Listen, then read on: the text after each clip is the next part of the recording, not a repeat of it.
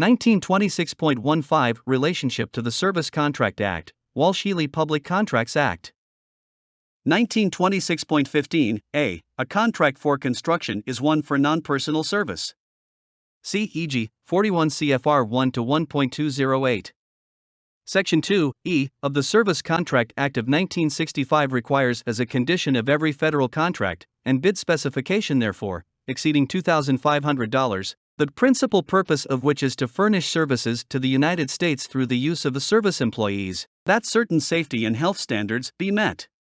See 29 CFR Part 1925, which contains the department rules concerning these standards.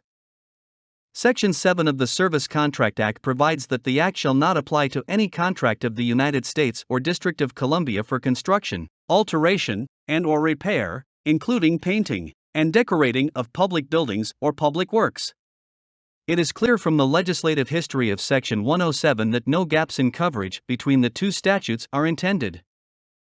1926.15 B. The Walsh-Healy Public Contracts Act requires that contracts entered into by any federal agency for the manufacture or furnishing of materials, supplies, articles, and equipment in any amount exceeding $10,000 must contain, among other provisions, a requirement that no part of such contract will be performed nor will any of the materials, supplies, articles, or equipment to be manufactured or furnished under said contract be manufactured or fabricated in any plants, factories, buildings, or surroundings or under working conditions which are unsanitary or hazardous or dangerous to the health and safety of employees engaged in the performance of said contract.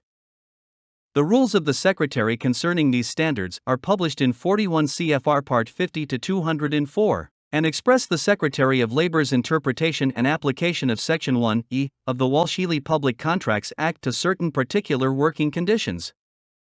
None of the described working conditions are intended to deal with construction activities, although such activities may conceivably be a part of a contract which is subject to the Walsh-Healy Public Contracts Act.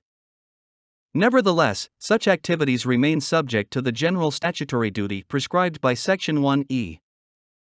Section 103(b) of the Contract Work Hours and Safety Standards Act provides, among other things, that the Act shall not apply to any work required to be done in accordance with the provisions of the Walsh-Healy Public Contracts Act.